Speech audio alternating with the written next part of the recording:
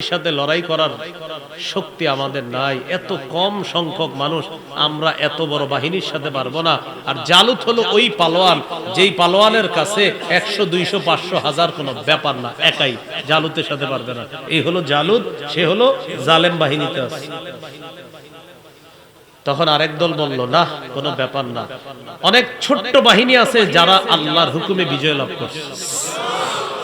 অনেক ছোট্ট বাহিনী বিশাল বড় বাহিনীকে পরাজিত করে দিছে আল্লাহর হুকুমে, আমরা এই মনোবল নিয়ে সামনে আগাইতে হবে।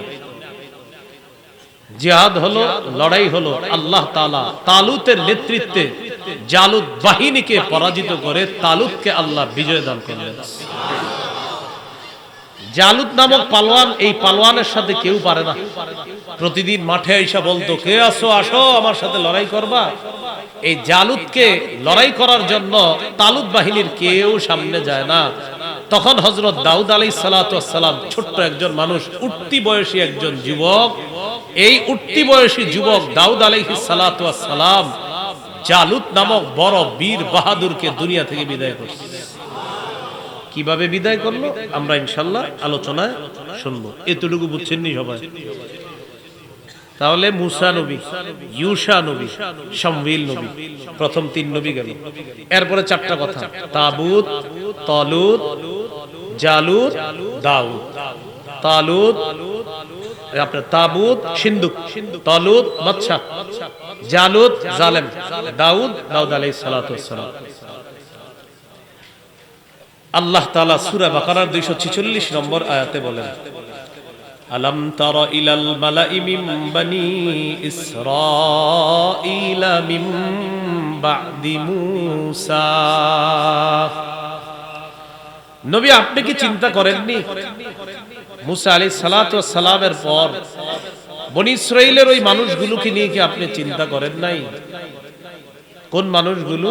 ইয ক্বালু লিনাবিয়্যিন লাহুম মুবআস লানা মালিকান নুকাতিল ফি সাবিলিল্লাহ। যারা তাদের নবী শামউইল আলাইহিস সালাতু ওয়াস সালামকে বললেন, ও শামউইল। শামউইল নবী হইছে কিভাবে? তাহলে আবার বলে ফেলি, মুসা নবী ইন্তেকাল করলেন, ইউশাকে আল্লাহ নবুয়ত দান করলেন, তিনি জিহাদ করে ফিলিস্তিন উদ্ধার করলেন, ফিলিস্তিনের বিভিন্ন এলাকার দায়িত্ব দিলেন বিচারকদেরকে। ওই যুগকে বিচারকদের যুগ বলা হয়। ইউশা নবী বিদায় নিলেন, বিচারকদের এই শাসন ব্যবস্থা অন্যান্য মানুষ মেনে নিতে পারল না। চারদিক থেকে আক্রমণ করতে করতে পৌত্তলিক সম্প্রদায় আক্রমণ করে ফিলিস্তিনকে কাবু করে ফেলে বিচারকদেরকে পরাজিত করে। ওই বিচারকদের একজন বিচারকের নাম ছিল শামউইল। এই শামউইলকেও আল্লাহ নবুয়ত দান করেছেন। এই নবীর কথা এখানে বলা হচ্ছে। إذ قالوا لنبي لهم ابعث لنا ملكا نقاتل في سبيل الله।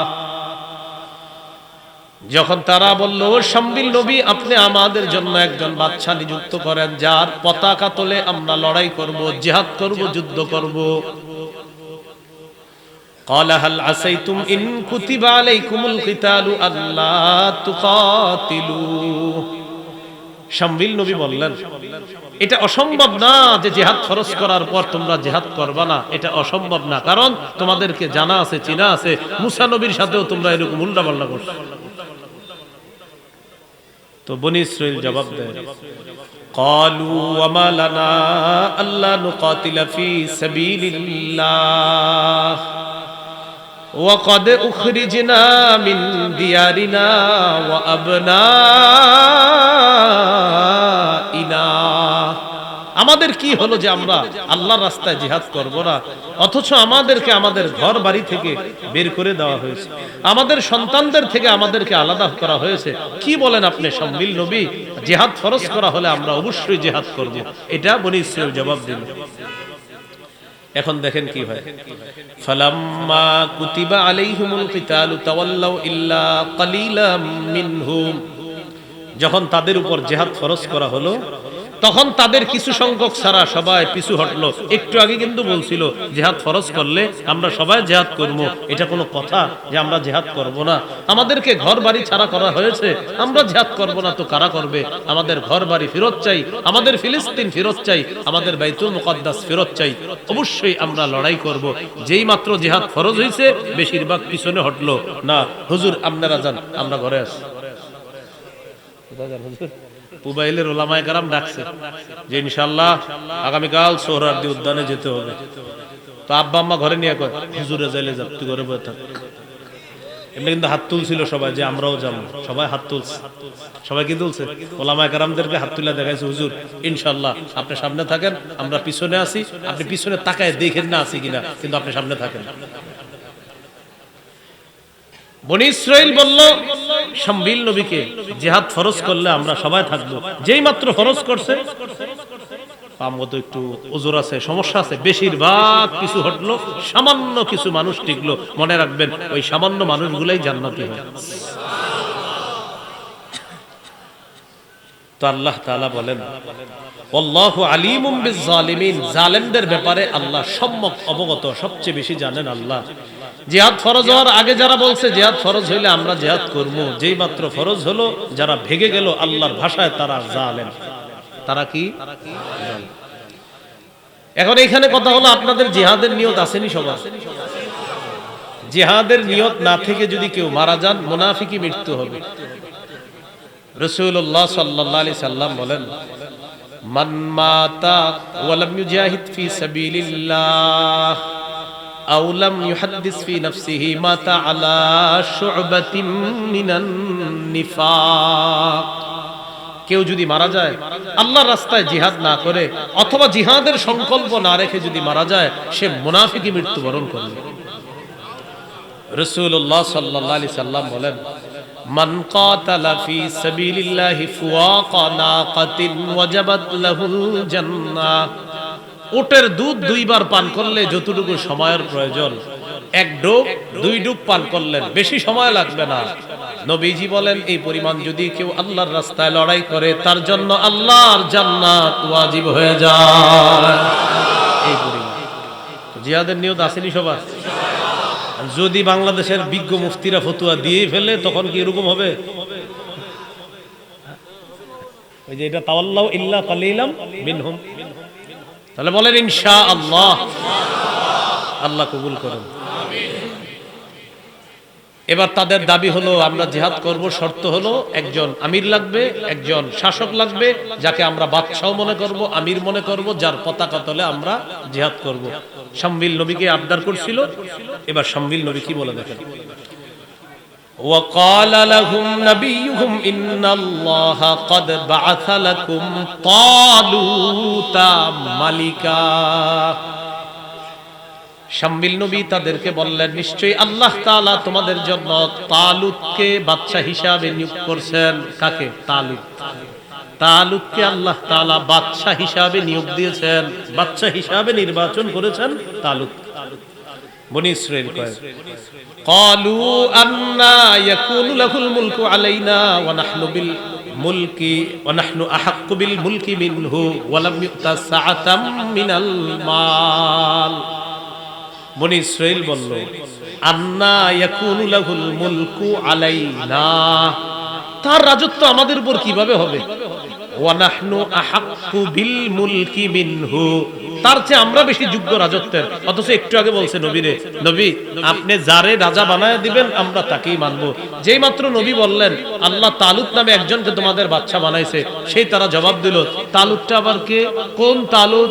সে আবার কিসের যোগ্যতায় বাদশা হয়? সে আমাদের উপর কিভাবে বাদশাহী করবে? তোর এটা কোনো কথা? বাদশাহীর যোগ্য তার চেয়ে আমরা বেশি।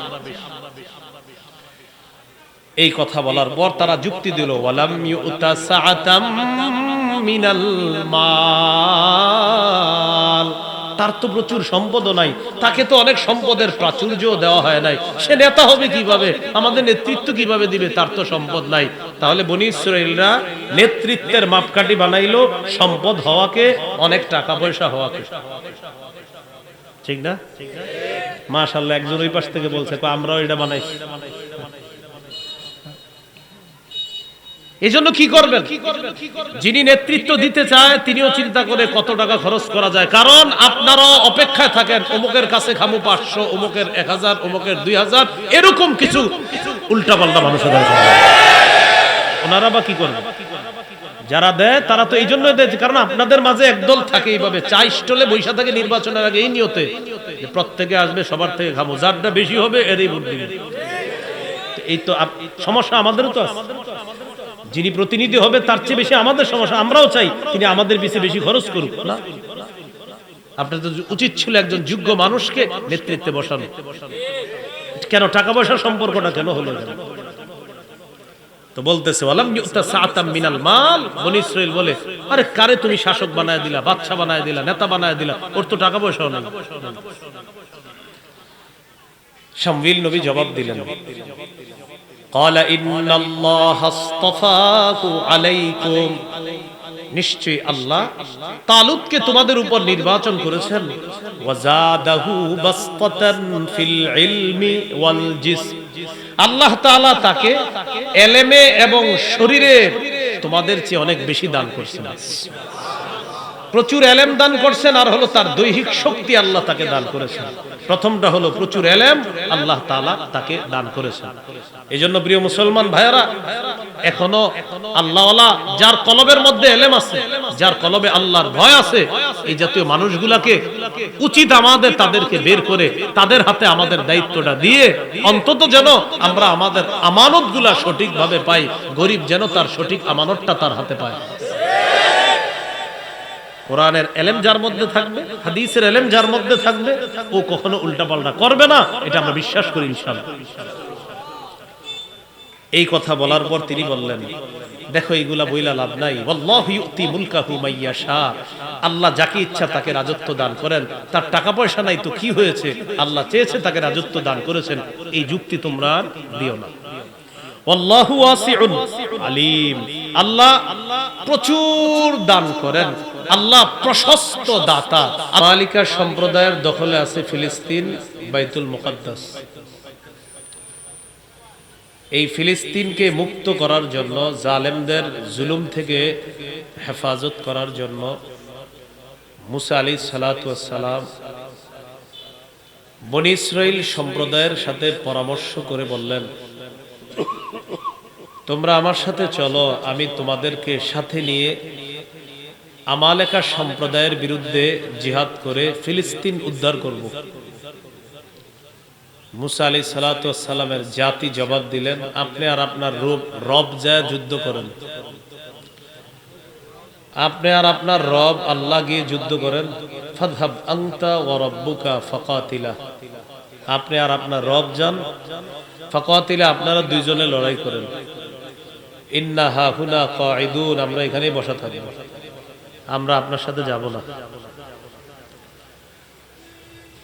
মুসা আলাইহিস সালাতু ওয়াস সালামের জাতিকে আল্লাহ তাআলা আটকায়া দিলেন সিনাই নামক এলাকা। কি এলাকা? কেউ আরো অন্যান্য নাম লেখছে এলাকার, তিহ লেখছে কেউ। সিনাই এলাকায় তাদেরকে এমন ভাবে আটকিয়ে দিলেন, তারা সেখান থেকে আর যেতে পারছে না। মুসা আলাইহিস সালামের ইন্তেকাল সেখানেই হয়েছে, ওই সিনাই এলাকায়। ইন্তেকাল হওয়ার পর মুসা আলাইহিস সালাতু ওয়াস সালামের খাদেম যিনি ছিলেন ইউশা, আল্লাহ তাআলা মুসা নবীর খাদেমকে নবী বানায় দিলেন। ইউশা আলাইহিস সালাতু ওয়াস সালাম নবী হওয়ার পর তিনি একদল মুজাহিদকে বুঝিয়ে শুনিয়ে তাদেরকে নিয়ে আমালেকা সম্প্রদায় যারা ফিলিস্তিন দখল করে আছে তাদের বিরুদ্ধে লড়াই করলেন, জিহাদ করলেন। আল্লাহ তাআলা জিহাদে ইউশা নবীকে বিজয় দান করলেন। ফিলিস্তিন দখল করলেন ইউশা আলাইহিস সালাতু ওয়াস সালাম। ফিলিস্তিন দখল করার পর ইউশা নবীর তত্ত্বাবধানে মানুষগুলা চলে। ইউশা আলাইহিস সালাতু ওয়াস সালাম মানুষকে দিক নির্দেশনা প্রদান করেন। বিভিন্ন এলাকার দায়িত্বশীল যারা বিভিন্ন এলাকায় কাজ করবে, যেমন আপনাদের এখানে লেখা আছে অনেকে কমিশনার বা সামনে পদপ্রার্থী, এরকম কিন্তু এক এক এলাকার দায়িত্বশীল থাকে। ঈসা আলাইহিস সালাতু ওয়াস সালাম কি করলেন? এই জাতীয় আলাদা কোনো কমিশনার, চেয়ারম্যান বা মেম্বার বা এরকম কিছু না বানায়া উনি কি করলেন? উনি বিচারক নিয়োগ করলেন। কি নিয়োগ করলেন? বিচারক। মানে গাজীপুরের একজন বিচারক, এই এলাকার একজন বিচারক, এরকম যেই যেই এলাকায় যত সমস্যার সমাধান করবে বিচারক, বাস উনি এরকম অসংখ্য অগণিত বিচারক উনি নিয়োগ দিলেন। ওই যুগকে বলা হয় বিচারকদের যুগ। কি বলা হয়? হ্যাঁ, বিচারকদের যুগ, মানে বিচারক যারা, তারাই দেশ চালাইত। ঈসা আলাইহিস সালাতু ওয়াস সালাম ইন্তেকাল করলেন, পৃথিবী থেকে তিনি বিদায় নিলেন। বিচারকরাই দেশ পরিচালনা করতেছে। ফিলিস্তিনের আশেপাশে যারা আছে তারা বিষয়টা মেনে নিতে পারছে না। তাদের বক্তব্য হলো এইভাবে দেশ চলতে পারে না। তারা হঠাৎ হঠাৎ ফিলিস্তিনের উপর অতর্কিত হামলা চালায়। হামলা চালাইতে চালাইতে ফিলিস্তিনের আশেপাশে একটা এলাকার কিছু লোক, তাদেরকে পৌত্তলিক সম্প্রদায় বলা হয়, এই পৌত্তলিক সম্প্রদায়ের মানুষগুলা ফিলিস্তিনের উপর হামলা চালিয়ে ফিলিস্তিনকে কাবু করে নিল, বিচারকদেরকেও কাবু করে নিল। শুধু তাই নয়, ওই যে তাবুতের কথা বলছে, একটা সিন্দুক, এই সিন্দুকটাও তারা লুট করে নিল। এই সিন্দুকের মধ্যে কি ছিল? মুসা আলাইহিস সালাতু ওয়াস সালামের স্মৃতি ছিল, হারুন আলাইহিস সালামের স্মৃতি ছিল, আল্লাহ প্রদত্ত কিছু নিয়ামত ছিল এই সিন্দুকের মধ্যে। তাওরাত কিতাবের একটা কপি ছিল এই সিন্দুকের মধ্যে। জিহাদের ময়দানে এই সিন্দুকটা সামনে রাইখা জিহাদ করলে আল্লাহ তাআলা ওটার কারণে তাদেরকে প্রচুর বরকত দান করতেন। এই সিন্দুক লুট করে নিয়ে গেল পৌত্তলিক সম্প্রদায়। তাহলে এখানে বুঝার আছে, পৌত্তলিকরা হামলা চালাইলো, ফিলিস্তিনকে কাবু করলো, বিচারকদেরকে কাবু করলো। বনী ইসরাইলের বরকতি সিন্দুক, সেই সিন্দুককে তারা লুট করে নিয়ে গেল। বিচারকদের মধ্যে একজন বিচারকের নাম হলো শামউইল। কি নাম? আল্লাহ তাআলা এই শামউইল যে তাকে নবুয়ত দান করলেন, এই হলো শামউইল আলাইহিস সালাতু ওয়াস সালাম। শামউইল আলাইহিস সালাতু ওয়াস সালাম নবী হওয়ার পরেও তার যুগেও প্রচুর অত্যাচার, জুলুম, নির্যাতন চলতো আশেপাশে। দেশ ততটা যে সুন্দর চলতো বিষয়টা এমন না। তার যুগেও তিনি যথেষ্ট চেষ্টা করতেন কিভাবে সামাল দেওয়া যায়, জালেমদের হাত থেকে কিভাবে দেশ রক্ষা করা যায়, যথেষ্ট ফিকির করতেন। বনী ইসরাইল সম্প্রদায় শামউইল নবীর কাছে একটা আবদার জানাইলেন, আপনি এক কাজ করেন, আমাদের জন্য একজন বাদশা নিয়োগ করেন, একজন শাসক নিয়োগ করেন, একজন আমির নিয়োগ করেন, যার পতাকা তলে আমরা জিহাদ করব, যুদ্ধ করব, লড়াই করব, এমন একজন শাসক আপনি নিয়োগ করেন। এই কথা বলার পর শামউইল আলাইহিস সালাতু ওয়াস সালাম বললেন, তোমাদের জন্য শাসক নিয়োগ করার পর তোমরা কি জিহাদ করবা? কয় হ্যাঁ, আমরা জিহাদ করব।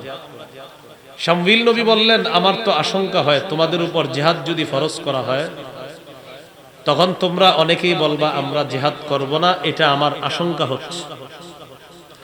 বাস্তবিক অর্থেই যখন জিহাদ ফরজ করা হলো, তখন তাদের বেশিরভাগই কেটে বলল আমরা জিহাদ করব না। স্বল্প সংখ্যক লোক জিহাদে যাওয়ার জন্য রাজি হলো। রয়ে গেল জিহাদের আমিরত্ব কে করবে, আমির হবে কে, নেতৃত্ব দিবে কে? শামউইল নবীকে বললেন, একজন আমির নিযুক্ত করে দেন আপনি। শামউইল নবী আল্লাহর কাছে দোয়া করলেন, আল্লাহ একজন বাদশা নিয়োগ করে দেন। আল্লাহ তাআলা তার দোয়া কবুল করে তালুত নামে একজন বাদশা আল্লাহ তাআলা নিয়োগ করলেন। কি নাম? তালুত। এই হলো তালুত। তালুতকে নিয়োগ করার পর বনী ইসরাইল সম্প্রদায় তালুতকে বাদশা হিসাবে মেনে নিতে চায় না, তার রাজত্ব মেনে নিতে চায় না। যুক্তি বলো, তালুতকে কোন বুঝে আপনি বাদশা বানাইলেন? তার কি যোগ্যতা আছে? আমরা থাকতে ওরে আপনি কোত্থেকে পাইলেন? এরকম তালুত নামে একজনকে আপনি বাদশা বানায় দিলেন। বাদশাহীর যোগ্যতা আমাদের বেশি। এটা কে বলল? বনী ইসরাইল। সাথে সাথে তারা যুক্তি দিল, তালুতের তো তেমন টাকা পয়সা নাই, টাকা পয়সা ছাড়া সে আবার বাদশা হয় কিভাবে? তার মানে তাদের যুক্তি, টাকা পয়সা হলে নেতৃত্বে আসা যায়, ক্ষমতায় আসা যায়, যেটা আমাদের বর্তমান সমাজেরও একটা যুক্তি।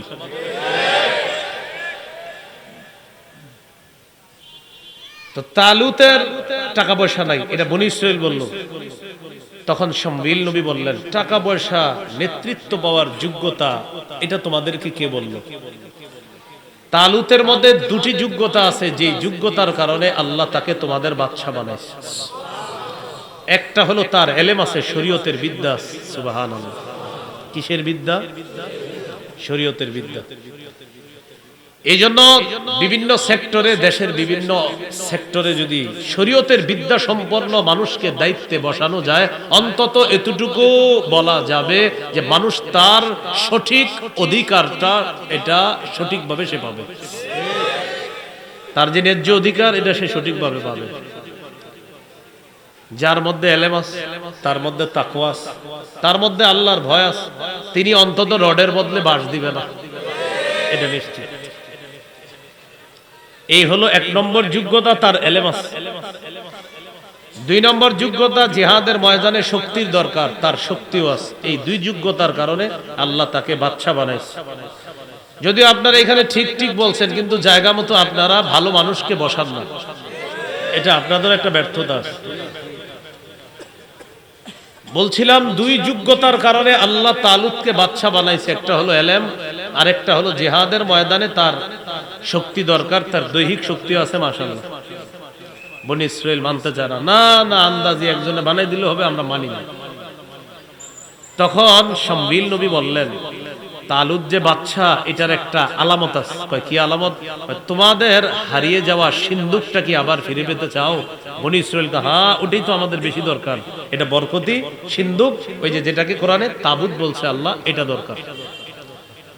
শামউইল নবী বললেন, তালুত যে বাদশা, এটার প্রমাণ হলো ফেরেশতারা ওই সিন্দুকটা লুট হয়ে যাওয়ার পর যেখানে নিয়ে আসদুদি সম্প্রদায় বা পৌত্তলিক সম্প্রদায় লুকিয়ে রাখছে, সেখান থেকে ফেরেশতাদের মাধ্যমে আল্লাহ আবার তোমাদের বরকতি বাক্স তোমাদেরকে ফিরিয়ে দিবে। এটা হলো তালুত যে বাদশা হবে, এটার আলামত। বনী ইসরাইল তখন মেনে নিছে, কাহা তাইলে ঠিক আছে, মেনে নিলাম। বাদশা তালুতের নেতৃত্বে এবার তারা জিহাদে যাবে। জিহাদে যাওয়ার সময় তালুত তাদেরকে বললেন, তোমাদেরকে আল্লাহ তাআলা একটা পরীক্ষা করবে নদী দিয়ে, এই নদী পার হব আমরা, পার হওয়ার সময় তোমরা কেউ পানি পান করবা না, যারা পানি পান করবা সে আমার দলভুক্ত হবা না। হ্যাঁ, তবে যদি হাতের মধ্যে এক আজলা পরিমাণ পানি এসে যায় এটা ভিন্ন কথা, কিন্তু ডক ডক করে পানি পান করবা, পিপাসা নিবারণ যে করবা সে আমার দলভুক্ত হবা না, সে জিহাদি বাহিনীতে শামিল হবা না। এটা আল্লাহ তাআলা পরীক্ষা করবে তোমাদের। এই পরীক্ষা আল্লাহ কেন করবে? মুফাসসিরিনে কেরাম লিখেছেন, এখানে আল্লাহ পরীক্ষা করবে সেনাবাহিনী সেনাপতিকে কতটুকু মান্য করে, এটা পরীক্ষা করার জন্য আল্লাহ পরীক্ষা করবে। সেনাবাহিনীকে যারা থাকবে তারা সেনাপতিকে মানার জন্য কি কি যোগ্যতা দরকার আছে এই ব্যাপারে আমি বলবো, যেটার আরবি হলো ইতাআত বা আনুগত্য করা, যে ইতাআত শব্দ নিয়ে পুরা দেশ উত্তাল। আচ্ছা, তো আল্লাহ তাআলা পরীক্ষা করবে। খুব মন দিয়ে শুনলেন, এই নিয়তে এখন থেকে উঠে যান না যে মনে হয় আমার বিরুদ্ধে বলবে, এরকম কোন নিয়ত টিয়ত রাখেন না, না ওরকম কিচ্ছু হবে না। ঠিক কোরআনে আল্লাহ যা বলবে সেটাই বলবে। পরীক্ষা করার পর তালুত বললেন, যারা পানি পান করবে না তারাই আমার দলভুক্ত হবে, আর যারা পানি পান করবে তারা বাদ হয়ে যাবে। দেখা গেল বেশিরভাগ পানি পান করছে, কয়েকজন পানি পান করে নাই, মুষ্টিময় কিছু মুজাহিদ টিকে রইল। তখন তারা বলল, জালুত বাহিনী, ওই যে জালুত জালেম, জালুত বাহিনী প্রাচুর্যের অধিকারী, আলিম, আল্লাহ সর্বজ্ঞানী। এখন বনী ইসরাইল বলতেছে, আচ্ছা ঠিক আছে বুঝলাম সব, তালুতরে আমরা মেনে নিতে পারতেছি না, আমাদের আসলে মন চাইতেছে না, এরপরেও আর কোন দলিল আছে আপনার কাছে যে তালুত যে বাদশা হবে আমাদের? এই কথা বলার পর শামউইল নবী বললেন, হ্যাঁ একটা দলিল আছে, যে দলিলটা তোমরাও খুব খুশি হবা। কয় কি দলিল? وقال لهم نبيهم إن آية ملكه أن يأتيكم التابوت فيه سكينة من ربكم وبقية مما ترك آل موسى وآل هارون تحمله الملائكة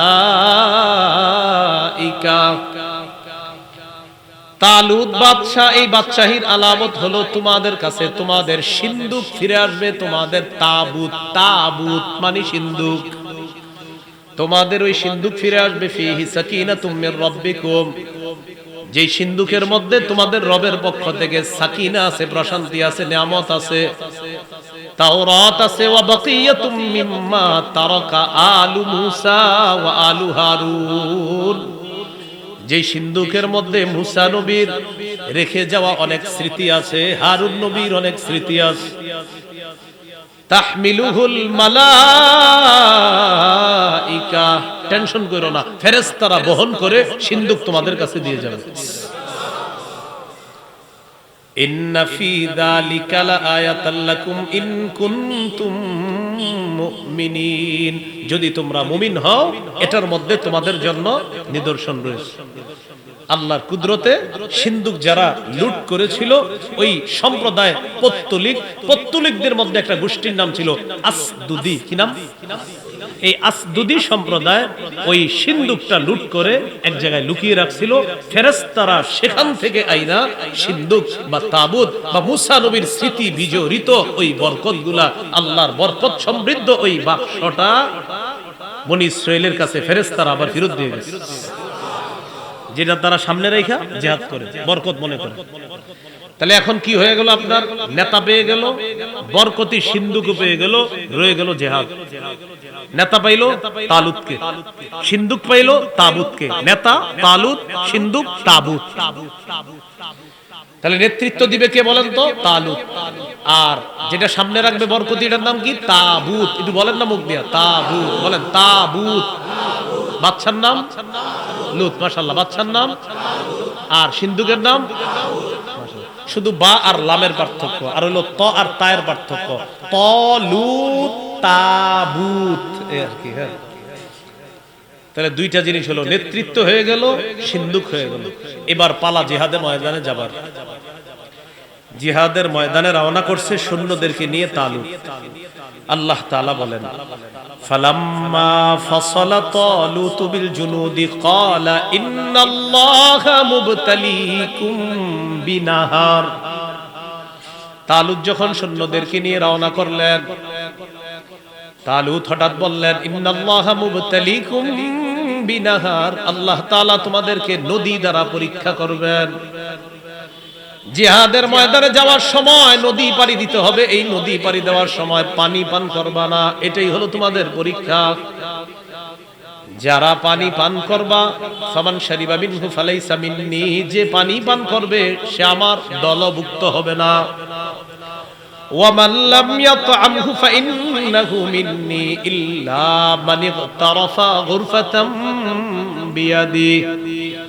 আর যারা পানি আস্বাদন করবে না, তবে হাতের এক আজলা যদি হাতের মধ্যে চলে আসে সামান্য, এটা সমস্যা নাই। ডক ডক করে যারা পানি পান করবে না, তালুত ঘোষণা করলেন তারাই হবে অবশিষ্ট মুজাহিদ, তাদেরকে নিয়ে আল্লাহর রাস্তায় লড়াই করব। এখন প্রশ্ন হলো, হুজুর পরীক্ষাটা কি দরকার? বেচারারা রওনা করছে জিহাদ। মুফাসসিরিনে কেরাম লেখেন পরীক্ষা দরকার এই কারণে, আমিরের কথা কতটুকু মানে এটা যাচাই করার জন্য। কিসের কথা? আমিরের কথা। হ্যাঁ, মন দিয়ে শুনে নিন। সূরা নিসার 59 নম্বর আয়াতে আল্লাহ বলেন, সূরা নিসার 59 নম্বর আয়াত, ইয়া আইয়ুহাল্লাযীনা আমানু আতিউল্লাহ ওয়া আতিউর রাসূলা ওয়া উলিল আমরি মিনকুম। হে ঈমানদারগণ, তোমরা আল্লাহর আনুগত্য করো, রাসূলের আনুগত্য করো, ওয়া উলিল আমরি মিনকুম, তোমাদের মধ্যে দায়িত্বশীল যারা তাদের আনুগত্য করো। কয় আনুগত্যের কথা বলা হয়েছে? 3।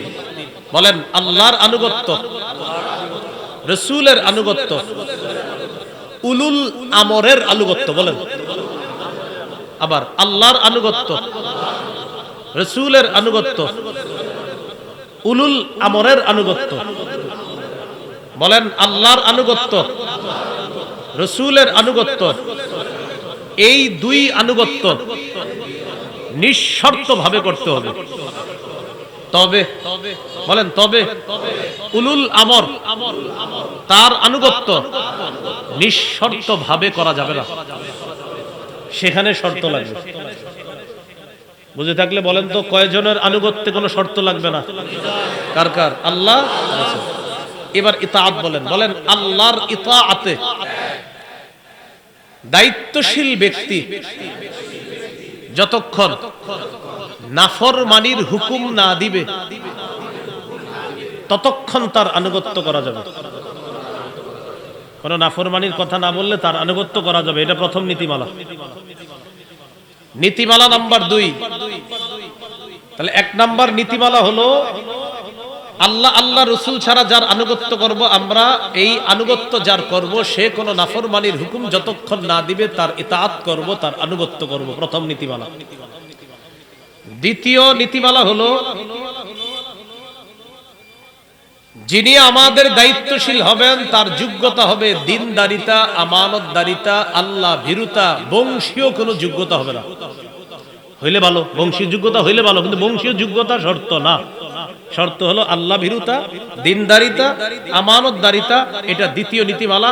তিনি দেখতে যদি কালো হয়, তিনি যদি গোলামও হয়, তাহলেও তার আনুগত্য করতে হবে, কারণ তিনি আল্লাহকে ভয় করে, তিনি দিনদার। এটা দ্বিতীয় নীতিমালা। নীতিমালা নাম্বার 3, বলেন কারো অন্ধ অনুকরণ করা যাবে না। এই 3 নীতিমালা মুখস্থ রাখতে হবে। আল্লাহ আল্লাহর নবী ছাড়া আমরা যার আনুগত্য করব, নাম্বার 1 গুনাহের হুকুম না দিলে তার আনুগত্য করব। 2 নাম্বার যার আনুগত্য করব তার মাঝে দিনদারিতা থাকতে হবে 100-এ 100। তার বংশীয় পরিচয় ভালো হলে ভালো, আলহামদুলিল্লাহ, সমস্যা নাই, কিন্তু দিনদারিতা তার থাকতেই হবে। 3 নাম্বার অন্ধ অনুকরণ কারোই করা যাবে না, একমাত্র নিঃশর্ত অনুকরণ করা যায় আল্লাহ আর তার রাসূল। কয়টা নীতিমালা? খুব মন দিয়ে শুনবেন। প্রথম নীতিমালা, কিসের হুকুম না দেওয়া পর্যন্ত আমরা আনুগত্য করব? গুনাহের। এই ব্যাপারে 2টা দৃষ্টান্ত নেন। দৃষ্টান্ত নাম্বার 1, সহিহ বুখারীর বর্ণনা 7144 নম্বর হাদিস। এই হাদিসের বর্ণনাকারী আব্দুল্লাহ ইবনে মাসউদ রাদিয়াল্লাহু তাআলা আন, তিনি বলেন عن عبد الله بن مسعود رضي الله تعالى عنه عن النبي صلى الله عليه وسلم قال السمع والطاعة على المرء المسلم فيما أحب وكره ما لم يؤمر بمعصية। নবীজি বলেন মুসলমানের উপর আবশ্যক হলো আমিরের আনুগত্য করা, আমির যা বলবে তা মেনে নেওয়া, চাই আমার পছন্দ হোক অথবা না হোক, আমিরের কথা মান্য করা এটা আমার উপর ওয়াজিব। নবীজি বলছেন, নবী বলেন কতক্ষণ মালাম ইউমার বিমাসিয়া, যতক্ষণ আমির গুনাহের নির্দেশ না দিবে, নাফরমানির হুকুম না করবে। নবীজি বলেন আমির যতক্ষণ নাফরমানির হুকুম না করবে, নাফরমানির আদেশ না করবে, ততক্ষণ আমিরের হুকুম মান্য করবা, চাই তোমার পছন্দ হোক অথবা না হোক, আমিরের হুকুম তোমার মানতে হবে যতক্ষণ নাফরমানির হুকুম না করবে। ফাইদা উমিরা বিমাসিয়া, যদি নাফরমানির হুকুম করা হয়, ফালা সামআ ওয়ালা তাআতা, বলেন যদি নাফরমানির হুকুম করা হয় তাহলে আমিরের কথা শোনা যাবে না, আমিরকে মানা যাবে না। তাহলে নাফরমানির কথা বললে লা সামআ, তার কথা শোনা যাবে না, ওয়ালা তাআতা, তার আনুগত্য করা যাবে না। দৃষ্টান্ত নাম্বার 2, সহিহ বুখারীর বর্ণনা 4343 নম্বর হাদিস। এই হাদিসটি বলার পর আপনারা গল্পের মতো মুখস্থ রাইখা আরো 10 জনকে বুঝাইবেন আমার বয়ানের পরে। এই হাদিসটা আগে শুনেন, এটা দিয়ে আরো 10 জনকে বুঝাইতে হবে আপনাদের। আলী রাদিয়াল্লাহু তাআলা আনহুর বর্ণনা, খুব মন দিয়ে শুনেন। বাআসান নবী সাল্লাল্লাহু আলাইহি ওয়াসাল্লাম সারিয়া, আল্লাহ নবী একটা সেনাবাহিনী প্রেরণ করলেন। ওয়াস্তা'মালা আলাইহিম রাজুলাম মিনাল আনসার, সেনাবাহিনীর সেনাপতি নিযুক্ত করলেন একজন আনসারী সাহাবীকে। সেনাবাহিনী পাঠাইলেন, সেনাবাহিনীর সেনা প্রধান বানাইলেন একজন আনসারী সাহাবী। তো বানানোর পর নবীজি পাঠিয়ে দিলেন সেনাবাহিনী। ওয়া আমারাহুম আইয়ুতিউ, নবী আদেশ করলেন তোমাদের সেনাবাহিনীর প্রধান যিনি আছেন সেনাপতি, তিনি যা বলবে তা তোমরা মানবা। আমি আবার বলছি, নবী একটা সেনাবাহিনী পাঠাইলেন, একজনকে সেনাপতি বানাইলেন। সেনাবাহিনীর যার সদস্য যারা আছে তাদেরকে বললেন, শোনো আমি নবী বলে দিলাম, সেনাপতি তোমাদেরকে যা বলবে তোমরা তাই শুনবে। এতটুকু বুঝে আসছেন সবার? আচ্ছা, সেনাবাহিনী গেছে, সেনাপতির অধীনে যুদ্ধ করবে। এটা কোনো বানানো গল্প নয়, সহিহ বুখারীর 4343 নম্বর হাদিস। তো এই হাদিসের মধ্যে আসছে সেনাবাহিনী গেছে, জানানোর পর সেনাপতি কি করলো, কোনো কারণে রাগ করছে সেনাবাহিনীর উপর। সেনাপতি রাগ করছে, গদিবা রাগ করছে, এমন রাগ করছে, রাগ করার এক পর্যায়ে সেনাবাহিনীর প্রধান যিনি সেনাপতি আনসারী সাহাবী, তিনি বললেন, আচ্ছা তোমাদের কি মনে আছে নবীজি বলছে আমার আনুগত্য করতে? হ্যাঁ মনে আছে। আলাইসা কদ আমারাকুম রাসূলুল্লাহ সাল্লাল্লাহু আলাইহি সাল্লাম আন তুতিউনি, নবী কি বলে নাই আমার আনুগত্য করার জন্য? সবাই বললেন, হ্যাঁ নবী তো বলছে আমরা যেন আপনার আনুগত্য করি, তাহলে আমি যা বলবো তা শুনবা তো? তো বলতেছে হ্যাঁ শুনবো, কারণ আপনি আমির, শুনতে হবে। তখন তিনি বললেন, এই যে মাউলি হাতাবা, কিছু কাঠ সংগ্রহ করে নিয়ে আস। কি? লাকড়ি, বলেন লাকড়ি। তো সেনাবাহিনী তারা লাকড়ি সংগ্রহ করে আনছে, আনার পর বলতেছে আউকিদুহা নারা, এই লাকড়িগুলোর মধ্যে আগুন লাগায় দাও। আগুন লাগায় দিছে, ফাওকাদুহা, আগুন লাগিয়ে দিছে। আগুন লাগানোর পর আমির সাহেব সেনাবাহিনীদেরকে বলতেছে উদখুলুহা, তোমরা আগুনে ঝাঁপ দাও। কোথায় ঝাঁপ দাও? ভাই আপনারা বুঝতেছেন? এটা গল্পের মতো মুখস্থ রাখবেন, বলছি আমি সত্যি আপনার জীবনে চলার জন্য মাইল ফলক একটা হাদিস, যে আপনি আসলে কি করবেন এই সময়, আলেমদের কথা কি মানবেন না মানবেন না, এটার জন্য আপনার জন্য শ্রেষ্ঠ একটা শিক্ষা এটা। নবী বলছেন আমির যা বলবে তা শুনবা। আমির সাহেব গেছেন, যাওয়ার পর কোনো কারণে রাগ করছে, রাগ করার পর নবীর সাহাবীদেরকে সেনাবাহিনীদেরকে বলতেছে, নবী কি বলে নাই আমার কথা শোনার জন্য? বলতেছে হ্যাঁ, যাও লাকড়ি নিয়ে আসো। আনছে, আনার পর কয় আগুন জ্বালাও। জ্বালিয়েছে, জ্বালার পর বলতেছে উদখুলুহা, আমি হুকুম করলাম সবাই আগুনে ঝাঁপ দাও। তাহলে আমিরের হুকুম কোথায় ঝাঁপ দেওয়া? আগুনে। এই কথা বলার পর ফাহাম্মু, সাহাবায়ে কেরাম রেডি হয়ে গেছে, সেনাবাহিনী সবাই রেডি হয়েছে, ঝাঁপ দিবে আগুনে। হাম্মু, সবার পুরা মানসিক প্রস্তুতি যে আমরা মানতে হবে তার কথা। যখন ঝাঁপ দিবে, ঝাঁপ দেওয়ার সময় দেখেন আমার দিকে, ফাজাআলা ইউমসিকু বাদুহুম বাদ, একজন আরেকজন এভাবে ধরে আর বলে, ঘটনা কি? আসলেই ঝাঁপ দিব? একজন আরেকজন বলে, আসলে কি আগুনে ঝাঁপ দিব আমরা? একজন আরেকজনকে বলতেছে ফারারনা মিনান নারি ইলা রাসূলিল্লাহ, আরে জাহান্নামের আগুন থেকে বাঁচার জন্যই তো নবীর কাছে আসলাম, ইসলাম গ্রহণ করলাম। সেই নবীর কাছে আইসা নবী কি কখনো আমিরের হুকুম মানামানি আমগরে আগুনে ঝাঁপ দিতে বলবে? এটা তো আমার বিশ্বাস হচ্ছে না। একজন আরেকজনকে বলতেছে আগুন থেকে বাঁচার জন্য যেই নবীর কাছে আসলাম, সেই নবী আমিরের কথা মানতে গিয়ে আগুনে ঝাঁপ দেওয়ার পক্ষে থাকবে, এটা আমার মনে হচ্ছে না। একজন আরেকজনে বলতেছে না না, নবী মনে হয় আমিরের হুকুম মানামানি কি আগুনেও ঝাঁপ দিব, এটা মনে হয় নবী বলতে পারে না, কারণ আরে আমরা তো আগুন থেকে বাঁচার জন্য আসছি, এই আগুনে আবার কেন ঝাঁপ দিব? এইগুলা আপোষের মধ্যে বলা বলি করতেছে। হাত্তা খমাদাতিন নার, ইতিমধ্যে এইগুলা বলতে বলতে আগুন নিভে গেছে, আগুনটা নিভে গেছে। ওয়াসাকানা গদবুহু, আমির সাহেবের রাগও কমে গেছে। নেতা যিনি, তার রাগ, সেনাপতির রাগ কমে গেছে। রাগ কমে যাওয়ার পর যাই হোক আর আগুনে ঢুকা লাগলো না। ফাবালাগান নবী সাল্লাল্লাহু আলাইহি সাল্লাম, ঘটনাটা নবীজির কাছে গেছে, হুজুর এমন এমন একটা ঘটনা। যাই হোক সাহাবায়ে কেরাম কোনো কারণে আপোষের মধ্যে কথা বলতে বলতে আগুনে ঝাঁপ দিবে কি দিবে না এই সিদ্ধান্ত নিতে নিতে আগুন নিভে গেছে। হুজুর এবার বলেন তো আসলে কি আগুনে ঝাঁপ দেওয়া উচিত ছিল আমিরের কথা মাই না? নবীজি বললেন, যদি তোমরা আগুনে ঝাঁপ দিতা কিয়ামত পর্যন্ত সে আগুন থেকে আর বের হতে পারত না। কি বুঝলেন? নবীজি বললেন তারা যদি আগুনে ঝাঁপ দিত, মা খারাজু মিনহা ইলা ইয়াউমিল কিয়ামা, কিয়ামত পর্যন্ত আর বের হতে পারতো না। নবী এবার বলে দিলেন, শোনো আমি আমিরের হুকুম মানতে বলার অর্থ এই না সে নাফরমানির কথা বললেও তুমি তার কথা শুনবা, বিষয়টা এমন না। লা তাআতা লিমাখলুকিন ফি মাসিয়াতিল্লাহি আযজা ওয়া জাল। আল্লাহর নাফরমানি করে এমন কোন হুকুম যদি আমির দেয় সেখানে তোমরা আনুগত্য করবা না। শোনো, আমি নবী বলে দিলাম, আত-তাআতু ফিল মারুফ, আমিরের আনুগত্য হবে শুধু ন্যায়সঙ্গত কাজে। এমন কাজে আমিরের আনুগত্য করা যাবে না যে আমিন কোরআন হাদিসের বিরুদ্ধে যা মন চায় বলবে আর আপনি বলবেন আমি তার কথা মেনে নিলাম। সারা দুনিয়ার আলেম বলতেছেন না এটা সঠিক না, এরপরেও যদি আপনার মনে হয় না আমার আমিরেরটাই সঠিক, আল্লাহর কসম আপনি ভুল পথে আছেন। আপনি ভুল পথে আছেন। আপনার হাতে পায়ে ধরে বলছি, আপনি ফিরে আসেন, আপনি ফিরে আসেন। আমি তো বললাম ওই যে ওই মহব্বতে নবী আপনারে আগুন থেকে বাঁচানোর চেষ্টা, নবীজি চেষ্টা করতে আসছে।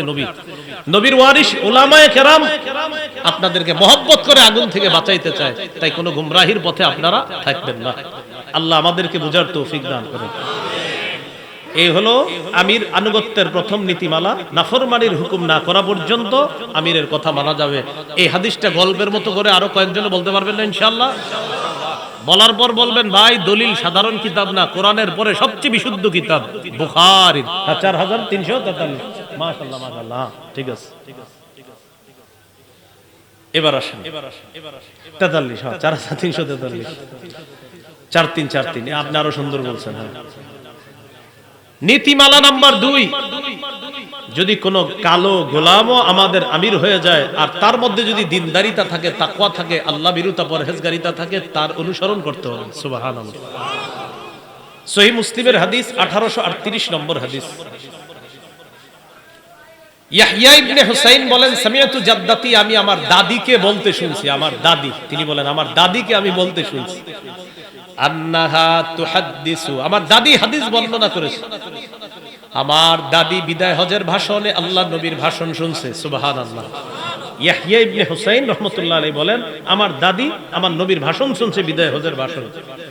সেই ভাষণের মধ্যে আল্লাহ নবী বলেন ওয়ালাউ ইসতুমিলা আলাইকুম আব্দুন ইয়ানি আব্দুল আসওয়াদ, তোমাদের নেতৃত্ব যদি কোন কালো গোলামকেও দেওয়া হয়, তার মধ্যে যদি আল্লাহ ভীরুতা তাকওয়া থাকে, ইয়াকুদুকুম বিকিতাবিল্লাহ, সে যদি তোমাদের মাঝে আল্লাহর কিতাব অনুযায়ী ফয়সালা করে, যদিও সে গোলাম, যদিও সে কালো, ফাসমাউ, কোরআনে হেদায়েত আল্লাহর হাতে, আল্লাহ তাআলার হাতে হেদায়েত আল্লাহ তাআলা বলে দিয়েছেন। আর কেউ যদি বলে যে আল্লাহর হাতে হেদায়েত নাই, এটা নিঃসন্দেহে গোমরাহি পথভ্রষ্ট কথা। এরকম কথা, এটা কি কোরআনের পক্ষে হলো না কোরআনের বিরুদ্ধে কথা হলো? এজন্য আমি মাঝে মাঝে অনেকের আলোচনা শুনি আর মনে করি, আমার মনে হয় যে পুরা কোরআন পড়ে না। এরকম আপনার অনেকের আলোচনা শুনি, শোনার পরে আমি চিন্তা করি কি কয়, কোরআনেই তো এটার জবাব দিয়ে দিছে আল্লাহ তাআলা কত জায়গায়। তারপরে আমি মনে করি যে উনি মনে হয় কোরআনও পড়ে না। একদিন এক ভাই দেখ তাফসিরের মধ্যে কি এক উদ্ভট কথা বলে ফেলছে। পরে আমি বললাম আপনি তাফসির করেন, আপনি মনে হয় আসলে পুরো কোরআন ঠিক মতো পড়েন না, আপনি আমাকে কি শিখাচ্ছেন? আমি বললাম হ্যাঁ পড়েন না তো, সাথে সাথে কয়েকটা দলিল দিলাম কোরআন থেকে। আমি বললাম এগুলো কোরআনের ভিতরে আছে, তো আপনি কোথায় বললেন? কোরআনও পড়ে না ঠিক মতো, হাদিসও পড়ে না ঠিক মতো। এ হলো আমাদের ঝামেলা। ঠুস করে একটা বইলা দেয়, চিন্তাও করে না যে এটা এই জায়গায় আছে কিনা, এটা এই জায়গায় আছে কিনা, বলে দেয় যা মন চায় বলে। আল্লাহ বুঝার তৌফিক দান করেন। 3 নম্বর নীতিমালা, বলেন অন্ধ অনুকরণ করা যাবে না। সূরা মাইদা 104 নম্বর আয়াত। অন্ধ অনুকরণ কারো করা যাবে না। কোন সূরার কত নম্বর আয়াতের দলিল? 104 নম্বর আয়াত। বলেন 7 নম্বর পারা, 4 নম্বর পৃষ্ঠার একদম শুরুর লাইন। এই হাফিজি কোরআন মাজিদ অনুযায়ী 7 নম্বর পারার 4 নম্বর পৃষ্ঠার শুরুর লাইন, সূরা মাইদা 104 নম্বর আয়াত। আল্লাহ তাআলা বলেন وَإِذَا قِيلَ لَهُمْ تَعَالَوْا إِلَى مَا أَنزَلَ اللَّهُ وَإِلَى الرَّسُولِ قَالُوا حَسْبُنَا مَا وَجَدْنَا عَلَيْهِ آبَاءَنَا أَوَلَوْ كَانَ آبَاؤُهُمْ لَا يَعْلَمُونَ شَيْئًا وَلَا يَهْتَدُونَ।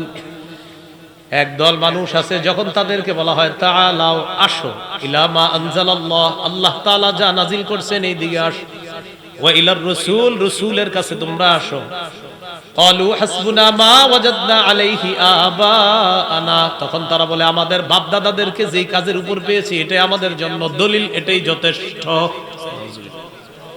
যদি বলে কোরআনের দিকে আসো, হাদিসের দিকে আসো, তখন বলে ওয়াজাদনা হাসবুনা, এটাই যথেষ্ট। মা ওয়াজাদনা আলাইহি আবাআনা, আমাদের বাপদাদাদেরকে যেই কাজ করতে পেয়েছি এটাই আমাদের জন্য যথেষ্ট।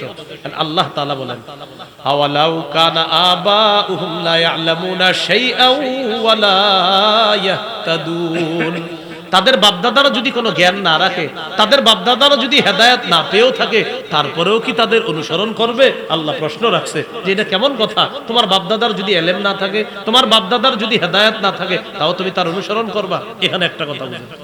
আমরা এই ওয়াজ করলে আবার আমাদেরকে বলে আপনারা আকাবির মানেন কেন? আমাদের আকাবিরদের ইলম আছে তাই মানেন। আল্লাহ বলছে আওয়ালাউ কানা আবাউহুম লা ইয়ালামুনা, তাদের এলেম না থাকলেও মানবা? তো আমাদেরকে অনেক বলে আপনারা আকাবির মানেন কেন? আকাবির নিয়ে যদি কারো কোনো কথা থাকে আমার কাছে আইসেন, লম্বা আলোচনা করে দিব ইনশাআল্লাহ। আমাদের আকাবির কি এটা বলার জন্য আপনার মেধা মস্তিষ্ক এটা একটু ফ্রেশ করে আইসেন। তা আপনি আকাবিরের কথা কেন শোনেন? আমাদের আকাবির এক একটা হলো বিদ্যার সাগর সাগর, কেন আমরা আকাবির মানি? আল্লাহ বলছে তো এক নাম্বার জ্ঞান না থাকলেও মানবা। তো আমাদের কি কেউ যদি বলে ভাই আপনারা তো আকাবির মানেন, তো আমাদের জবাব ভাই আল্লাহ বলছে জ্ঞান না থাকলে আমাদের আকাবিরদের এক একজন সাগর, যদি বলেন আরেকজন সেটা মহাসাগর, যদি বলেন আরেকজন সেটা এর চেয়ে বড় সাগর। এ হলো আমাদের আকাবিরদের হালত। যদি আপনি বলেন বুঝে আসে না, আইসেন বুঝাই দেব ইনশাআল্লাহ।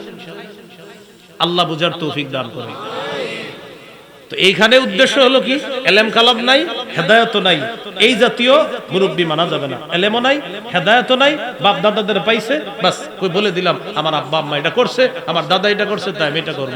আল্লাহ তাআলা বলেন তোমার বাপ দাদাদের জ্ঞানও যদি না থাকে, হেদায়েতও না থাকে, তাও মানবা? এখান থেকে বোঝা যায় বাপ দাদার যদি জ্ঞান থাকে, যদি হেদায়েত থাকে, তাদেরকে মানা যাবে। বুঝা ঠিক কইতেছেন না? না বুঝা? আল্লাহ বুঝার তৌফিক দান করেন। কোথায় ছিলাম মনে আসেনি? তালুত সৈন্যবাহিনী নিয়ে নদী পাড়ি দিবে, যারা পানি পান করবা আমার জিহাদি দলের মধ্যে আসতে পারবা না, আর যারা পানি পান না করবা তারাই মুজাহিদ বাহিনীতে টিকে যাবা। মনে আসেনি? এখান থেকে কেন আল্লাহ পরীক্ষা করতে চাইলেন আমিরকে কতটুকু মানে, এই আমিরকে কিভাবে মানবো। সেখানে আমরা বলছিলাম মান্য করার ক্ষেত্রে একজন হলেন আল্লাহ, আরেকজন হলেন মুহাম্মদ সাল্লাল্লাহু আলাইহি সাল্লাম, তাদের দুইজনকে আমরা মানবো কোন রকম শর্ত ছাড়া। এছাড়া আর যত আমির হবে, এই হবে সেই হবে, শর্ত থাকতে হবে তাকে মানার জন্য। তিনি যদি নাফরমানির হুকুম করে তার কথা মানার কোনো প্রশ্নই আমাদের আসে না। তো এবার দেখেন কি বলে, ফালাম্মা জাওয়াজাহু হুয়া ওয়াল্লাযীনা আমানু মাআহু ফাশারিবু মিনহু ইল্লা কালিলাম মিনহুম, স্বল্প সংখ্যক ছাড়া বাকি সবাই পানি পান করলো। এর মানে বেশিরভাগ বাদ পড়ে গেল, কিছু টিকে গেল। فلما جاوزه هو والذين آمنوا معه قالوا لا طاقة لنا اليوم بجالوت وجنوده, তালুত এবং তার সাথে ঈমানদাররা যখন নদী পাড়ি দিয়ে ওপারে চলে যায়, ঈমানদাররা বলতে লাগলো লা তাকাতা লানাল ইয়াউমা বিজালুতা ওয়া জুনুদি, জালুত এবং তার সৈন্যবাহিনীর সাথে পারার মতো শক্তি আজকে আমাদের নাই। বলতে লাগলো এইরকম মানুষ আমরা পারমু? قال الذين يظنون انهم ملاقو الله, যারা এই বিশ্বাস করে তারা আল্লাহর সাথে সাক্ষাৎ করবে, তারা বললেন কাম মিন ফিআতিন কালিলাতিন গালাবাত ফিআতান কাসীরাতাম বিইজনিল্লাহ, কত ছোট্ট বাহিনী আল্লাহর হুকুমে কত বড় বাহিনীকে পরাজিত করেছে। বদরের যুদ্ধে 313 জন হাজার বাহিনীর সশস্ত্র বাহিনীকে পরাজিত করছে।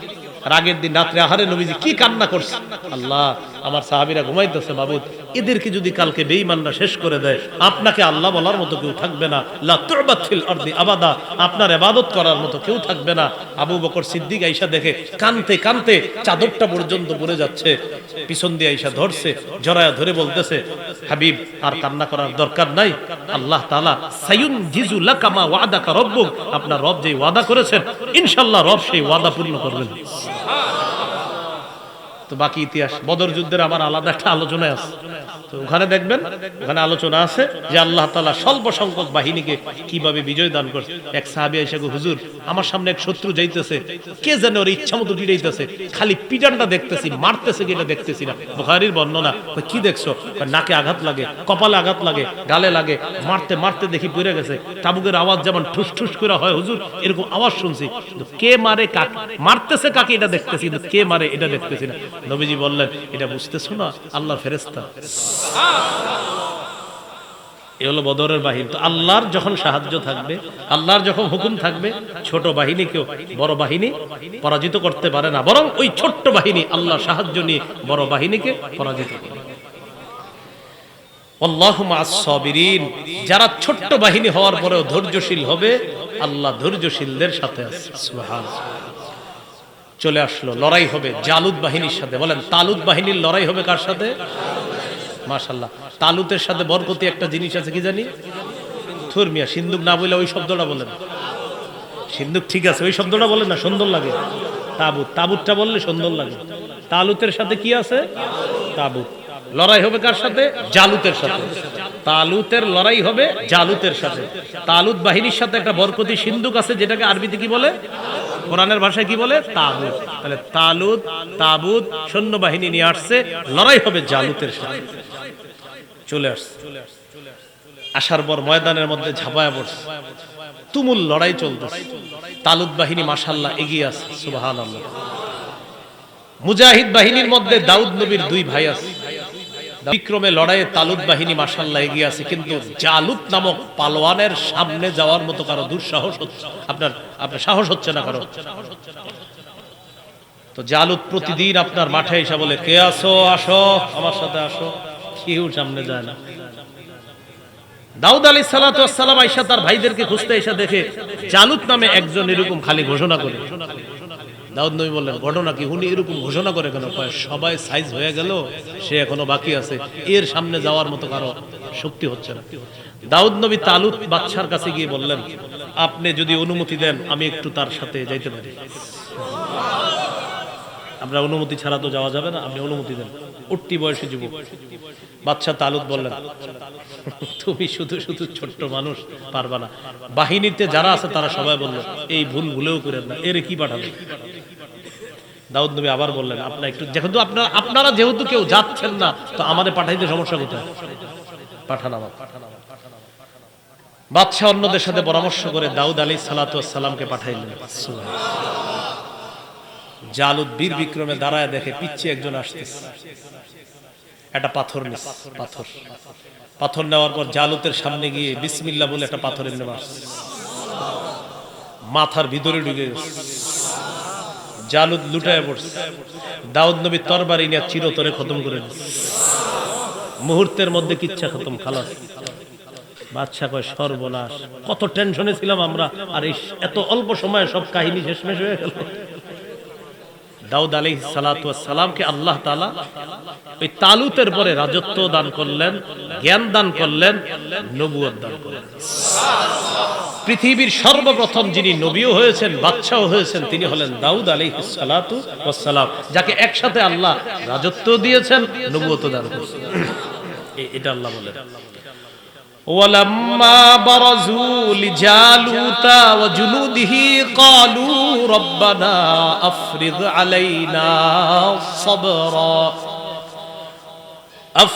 عَلَيْنَا صَبْرًا وَثَبِّتْ أَقْدَامَنَا وَانصُرْنَا عَلَى الْقَوْمِ الْكَافِرِينَ وَلَمَّا بَرَزُوا لِجَالُوتَ وَجُنُودِهِ, যখন তালুত বাহিনী জালুত বাহিনীর মুখোমুখি হয়ে গেল, তালুত বাহিনীর মুজাহিদরা আল্লাহর কাছে দোয়া করতে লাগলেন, আফরিগ আলাইনা সবরা, আল্লাহ আমাদেরকে আপনি ধৈর্য ঢেলে দেন, ওয়া সাব্বিত আকদামানা, আমাদের পাগুলো আপনি জিহাদের ময়দানে অটল রাখেন, ওয়ানসুরনা আলাল কওমিল কাফিরিন, কাফের সম্প্রদায়ের বিরুদ্ধে আমাদেরকে সাহায্য করেন। ফাহাজামুহুম বিইজনিল্লাহ, আল্লাহ তাআলা বলেন তালুত বাহিনী আল্লাহর হুকুমে জালুত বাহিনীকে পরাজিত করে দেয়।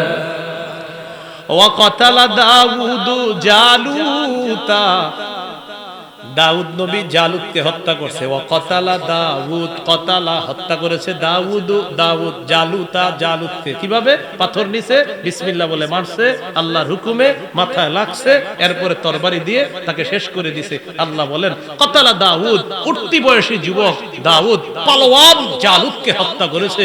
এখান থেকে তোমাদের শিক্ষা, আমি আল্লাহ তাআলা কার মাধ্যমে কাকে শেষ করব, এটা তোমরা অনেক বড় একটা শিক্ষা আছে। ছোট কোনো বিষয়ে বড় কাউকে শেষ করে দিব, সামান্য এক কথায় 16 বছর খালাস। কথার কথা দাঁড়ান, এটা শুধু ঠিক না, তিরমিজির এক হাদিসে আছে এই কথা। কোথায়? 2616। কত? এই হাদিসের মধ্যে নবীজি লম্বা ওয়াজ করছে তার এক সাহাবীর। ওয়াজ করার পর সর্বশেষ বলে তোমারে তো আসল ওয়াজটাই করি নাই, মানে লম্বা ওয়াজ করে সর্বশেষ নবী বলে তোমারে আসল ওয়াজটাই করি নাই। সাহাবী বলে হুজুর এতক্ষণ আপনি কি করলেন? এগুলো জিহাদের কথা বললেন, নামাজের কথা বললেন, হজের কথা বললেন, রমজানের কথা বললেন, সর্বশেষ আপনি বললেন আসল ওয়াজ বাকি। হ্যাঁ, আসল ওয়াজটা এখনো বাকি। কই কি? নবীজি জিহ্বা ধরে বললেন এটা এটা কুফা আলাইক, এটা নিয়ন্ত্রণ করো, উপরের সব ঠিক থাকবে। সাহাবী বললেন হুজুর এটা কি সমস্যা? নবীজি বললেন বেশিরভাগ জাহান্নামে যাবে শুধু জিহ্বার কারণে। আমার হাদিস আগে পড়ছি, বুঝে আসছে, কিন্তু কিছুদিন আগে এটা আমার ভালো করে বুঝে আসছে, জিহ্বা যে মানুষকে জাহান্নামে নিতে পারবে এর প্রমাণ এক জিহ্বা 16 বছর খালাস। জিহ্বা কি করতে পারে, ভয়ঙ্কর জিনিস এটা। আল্লাহ বুঝার তৌফিক দান করুন। 2616 তিরমিজির। হ্যাঁ, তো দাউদ জালুতকে হত্যা করলেন। ওয়া আতাহুল্লাহুল মুলকা ওয়াল হিকমাতা ওয়া আল্লামাহু মিম্মা ইয়াশা। আল্লাহ তাআলা দাউদকে রাজত্ব দিলেন, হিকমত দিলেন, আল্লাহ যা ইচ্ছা তাকে সেই বিদ্যা দান করলেন। সর্বশেষ আল্লাহ তাআলা সুন্দর একটা কথা বলে, অনেকের মাথায় আসবে হুজুর একদল মানুষ আরেকদল মানুষকে হত্যা করে লাভটা হইল কি? মাথায় আসতে পারে। মুজাহিদ বাহিনী জালেমদেরকে হত্যা করছে, তা আল্লাহ বলেন ওয়ালাউলা দাফউল্লাহিন নাসা বা'দাহুম বিবা'দ, একদল ভালো মানুষ দ্বারা আরেকদল খারাপ মানুষকে যদি আল্লাহ প্রতিহত না করতেন, একদল ভালো মানুষ দ্বারা আরেকদল খারাপ মানুষকে যদি আল্লাহ প্রতিহত না করতেন, লাফাসাদাতিল আরদু, জমিনে ফাসাদ সৃষ্টি হতো, এই জমিন নষ্ট হয়ে যেত। একজন মর্দে মুজাহিদ যদি মূর্তির বিরুদ্ধে কথা না বলতেন, তাহলে আমাদের দেশে বড় বড় মূর্তিগুলো থাকতো। সর্বপ্রথম একজন বলছে মাশাআল্লাহ, তিনি মাত্র বলছিলেন একটার কথা। কয়টা? আল্লাহর কি কুদরত, আল্লাহ তাআলা এমন করছে। তিনি মাত্র একটা কথা বলছে বেচারারে, এই কারণে 3 বছর আল্লাহ তাআলা এত কবুল করছে। চারদিকে তাকাইবেন দেখবেন শেষ। ইনশাআল্লাহ আগামীর বাংলাদেশ ইসলামের বাংলাদেশ। না, এই জন্য শর্ত আছে। কি শর্ত? ডেইলি 2 রাকাত অতিরিক্ত নফল নামাজ পড়তে হবে। নফল নামাজ পড়ে আল্লাহর কাছে দোয়া করে বলবেন, আল্লাহ এমন একজন শাসক আমাদের দেশে আপনি পাঠান, যে শাসকের 4টা গুণ হবে: নামাজ কায়েম করা, যাকাত আদায় করা, নেক কাজের আদেশ করা, অসৎ কাজের নিষেধ করা। সূরা হজের 41 নম্বর আয়াতে আল্লাহ বলেছেন আল্লাযীনা ইম্মাক্কান্নাহুম ফিল আরদ আকামুস সালাহ ওয়া আতাউয যাকাত ওয়া আমারু বিল মা'রুফ ওয়া নাহাউ আনিল মুনকার। আল্লাহ বলেছেন আমি এই পৃথিবী যাদেরকে শাসন ক্ষমতা দেই তাদের মৌলিক কাজ হবে 4টা: নামাজ কায়েম করা, যাকাত প্রতিষ্ঠিত করা, সৎ কাজের আদেশ করা, অসৎ কাজে নিষেধ করা। এমন 4 গুণওয়ালা একজন যেন শাসক আল্লাহ দেয়। আর দোয়া করবেন আল্লাহ তিনি যেন আমাদের দেশে শরিয়া আইন চালু করে, আর এই শরিয়া আইনের সুফলটা যেন মরার আগে দেখতে পাই। যে সুফল দেখতেছে আফগানিস্তান, তারা দেখতেছে 3 বছর আগে পৃথিবীর বিভিন্ন দেশ বলছিল আমরা তাদেরকে সমর্থন দিচ্ছি না। এখন আফগানিস্তানের হালাত এমন যে তাদের প্রধান শত্রু আমেরিকাও চুপে চুপে এদের সাথে একটু বন্ধুত্ব করতে চায়। আফগানিস্তান বলে গোনার টাইম নেই। এজন্য মনে রাখবেন, আল্লাহর সাহায্য নিয়ে মুসলমান যখন চলবে তখন তার এদিক সেদিক তাকানোর প্রয়োজন হয় না। যার সবচেয়ে বড় প্রমাণ বর্তমানে আফগানিস্তান। আফগানিস্তান নিয়ে প্রচুর পড়াশোনা করেন, এতে আপনার মাঝে অনেক কিছু জাগ্রত হবে, অনেক অনুপ্রেরণা পাবেন আপনি। যে 3 বছর আগে যে দেশটারে নিয়ে কেউ তেমন কোনো পাত্তাও দিত না, সেই দেশের বর্তমান অবস্থা, প্রতিদিন অর্থনীতির মুদ্রাস্ফীতি যখন উঠানামা করে, দেখবেন প্রায় সময় আফগানিস্তান 1 নম্বরে। এটা কিভাবে সম্ভব বলেন? হ্যাঁ হ্যাঁ, হুজুর দরকার, সুন্দর কথা। প্লেন চালাবে কে? পাগড়িওয়ালারা প্লেন চালাতেছে। এরপরে কথা হলো মার্সিডিজ গাড়ি টাড়ি তোমার দেশে দিব না। আচ্ছা আফগানিস্তান, আচ্ছা আচ্ছা ঠিক আছে, বুঝাইতেছি বিষয়। কিছুদিন পরে এমন গাড়ি বানাইছে মার্সিডিজ ফেল, পাগড়িওয়ালারা গাড়ি বানায় দেখাই দিছে, খাল বন্ধ করে দিছে পৃথিবী তোমাদের সাথে আমগইয়া। এরা কৃত্রিম খাল তৈরি করছে আফগানিস্তান। নারীরা রাস্তায় নামছে কি যে আমরা টাকা পয়সা কামাই করবো, এই অধিকারের আদায়ের লক্ষ্যে রাস্তায় নামছে। আফগানিস্তান সরকার বলল বেতন আগে কত পাইতো, এত, পর্দার সহিত কাজ করো, ডাবল বেতন দেব, যাও। আপনি বলেন এই জাতি আটকাবেন কিভাবে? তো বলছিলাম দুনিয়াতে ফাসাদ শেষ হওয়া দরকার আছে না নাই? আল্লাহ বলেন এক দলকে আরেক দলের মাধ্যমে যদি আল্লাহ প্রতিহত না করতেন, লাফাসাদাতিল আরদ, পৃথিবীটা নষ্ট হয়ে যেত। ওয়ালাকিন্নাল্লাহা যু ফাদলিন আলাল আলামিন, কিন্তু আল্লাহ তাআলা বিশ্ববাসীর উপর যু ফাদলিন, বড় অনুগ্রহশীল, রহমওয়ালা, দয়াওয়ালা। শেষে বলতেছে তিলকা আয়াতুল্লাহি নাতলুহা আলাইকা বিল হক, হাবিবি যে ঘটনাগুলা সত্যভাবে আমি আল্লাহ আপনাকে জানায়া দিলাম। ওয়া ইন্না কালামিনাল মুরসালিন, আপনি রাসূলদের একজন। এর মানে কি বুঝাইছে হাবিব? ইহুদিরা এই ঘটনাগুলা কিছু বানায়া বানায়া বলে, এই যে ঘটনাগুলো আছে না, কিছু কিছু বানায়া বলে ভয়ঙ্কর ভাবে। বানানো ইতিহাসটা আমার জানা আছে, এই তাবুত তালুত নিয়ে বানানো ইতিহাসগুলা, এটা আমার পুরাটা মুখস্থ আছে, বানানোগুলো আর কি, যেটা ইহুদি খ্রিস্টানরা আপনার সাপ্লাই করে। আল্লাহ তাআলা বলেন হাবিব আপনার মাধ্যমে, কোরআনের মাধ্যমে আমি আল্লাহ তাআলা সঠিক ইতিহাসটা জাতিকে জানায়া দিলাম। আপনি হলেন রাসূলদের একজন। এবার মূল কথাটা শুনেন। এক নাম্বার, রাজত্বে পাওয়ার, ক্ষমতা পাওয়ার, এটার জন্য কোনো টাকা পয়সা থাকতে হবে এটা শর্ত না। তার বিদ্যা বুদ্ধি এবং তিনি রাষ্ট্র পরিচালনা করতে পারেন কিনা এটা দেখা, এটা গুরুত্বপূর্ণ একটা বিষয়। দ্বিতীয় বিষয়, আল্লাহ তাআলা কোনো বরকতি জিনিস, নিয়ামত যদি কাউকে দান করে, এটা সংরক্ষণ করার চেষ্টা করা, যার প্রমাণ হলো তাবুত, এটা লুট হয়ে গিয়েছিল, এটা একটা বরকতি জিনিস ছিল। 3 নাম্বার বিষয়, আমিরের আনুগত্য করা, নিঃশর্ত আনুগত্য একমাত্র কার করব? রাসূলের। এরপরে সবার আনুগত্য করতে হবে, শর্ত লাগবে। মৌলিক কয়টা নীতিমালা? হ্যাঁ 3টা নীতিমালা। নাফরমানির কথা মানা যাবে? মানা যাবে না। এরপরে 4 নাম্বার যে বিষয়টা জানলাম, ছোট্ট মানুষও পালোয়ানকে শেষ করে দিতে পারে, বাকি সেখানে আল্লাহর সাহায্য লাগবে, আল্লাহর নুসরত লাগবে। আল্লাহ তাআলা আমাদের সকলকে আজকে যে কথাগুলো বললাম শুনলাম, সাইয়্যিদুল আম্বিয়া ওয়াল মুরসালিন ওয়া আলা আলিহি ওয়া আসহাবিহি আজমাইন।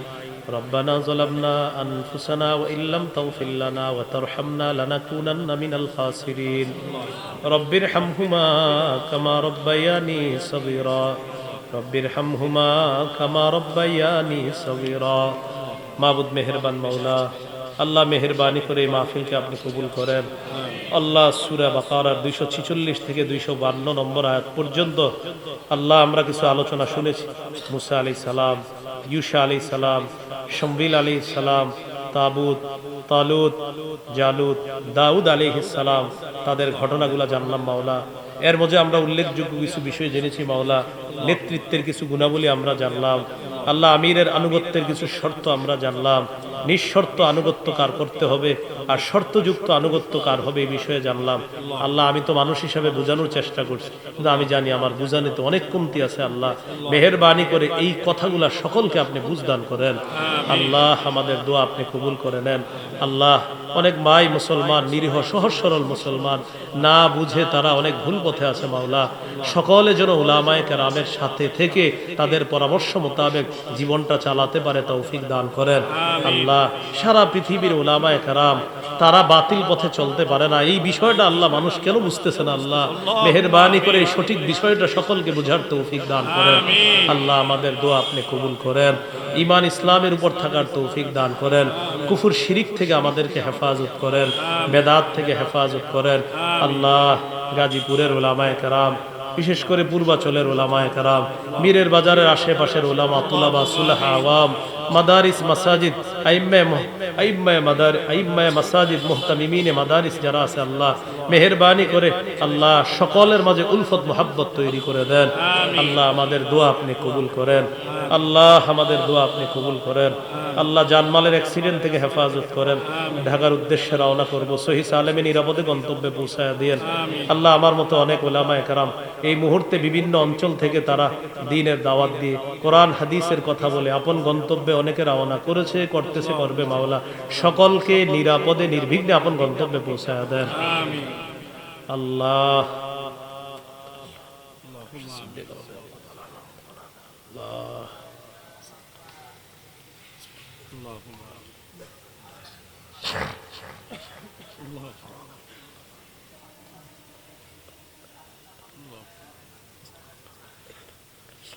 আল্লাহ আমাদের দোয়া আপনি কবুল করেন। যারা ঋণী ঋণ পরিশোধের ব্যবস্থা করে দেন, যারা অভাবী অভাব দূর করে দেন। আল্লাহ যাদের কন্যা বিবাহের উপযুক্ত, যাদের ছেলে বিবাহের উপযুক্ত, আল্লাহ ওই ছেলের জন্য সুপাত্রী আর কন্যার জন্য সুপাত্রের ব্যবস্থা করে দিয়েন। আল্লাহ আমাদের দোয়া আপনি কবুল করেন। ব্যবসায়ীদের ব্যবসায় বরকত দিয়ে দেন, চাকরিজীবীদের কামায় বরকত দিয়ে দেন। আল্লাহ আমাদেরকে আপনি মাফ করেন।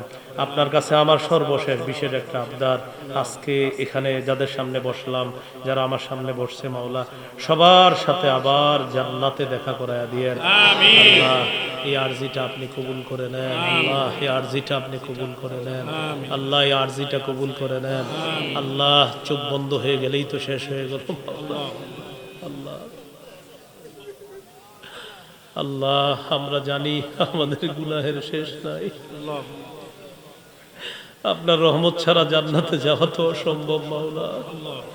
আজকে মায়া করে যেমন রহমতের চাদরে আনছেন আল্লাহ, এইভাবে মায়া করে রহমতের চাদরে আবদ্ধ করে পুলসিরাত পার করে জান্নাতে পৌঁছায় দিয়ে আল্লাহ আমাদেরকে আপনি মাফ করে দিয়েন। আমিন। ربنا تقبل منا إنك أنت السميع العليم وتب علينا إنك أنت التواب الرحيم صلى الله تعالى على خير خلقه محمد وعلى آله وأصحابه أجمعين سبحان ربك رب العزة عما يصفون। আল্লাহ এই মাদ্রাসার সাথে যারা সম্পৃক্ত আছে, যারা শুরু থেকে সম্পৃক্ত ছিল, যারা দুনিয়াতে নাই, তাদের কবরগুলা জান্নাতের বাগান বানায়া দেন। বিশেষ করে আমার আগে একজন আলোচনা করেছেন, যিনি ওই ভাই বলেছিলেন, যিনি প্রতিষ্ঠা করেছেন মাদ্রাসাটা, তিনি এবং তার বিবি দুজনেই কবর জগতে আছে। আল্লাহ মেহেরবানি করে তারা সহ এই এলাকার ছোট বড় নারী পুরুষ যারাই কবরে আছে, তাদের কবরগুলা জান্নাতের বাগান বানায়া দেন। রব্বানা তাকাব্বাল মিন্না ইন্নাকা আনতাস সামিউল আলিম ওয়া তুব আলাইনা ইন্নাকা আনতাত التواب الرحيم صلى الله تعالى على خير خلقه سيدنا محمد وعلى آله وأصحابه أجمعين سبحان ربك رب العزة عما يصفون وسلام على المرسلين الحمد لله رب العالمين السلام عليكم ورحمة الله.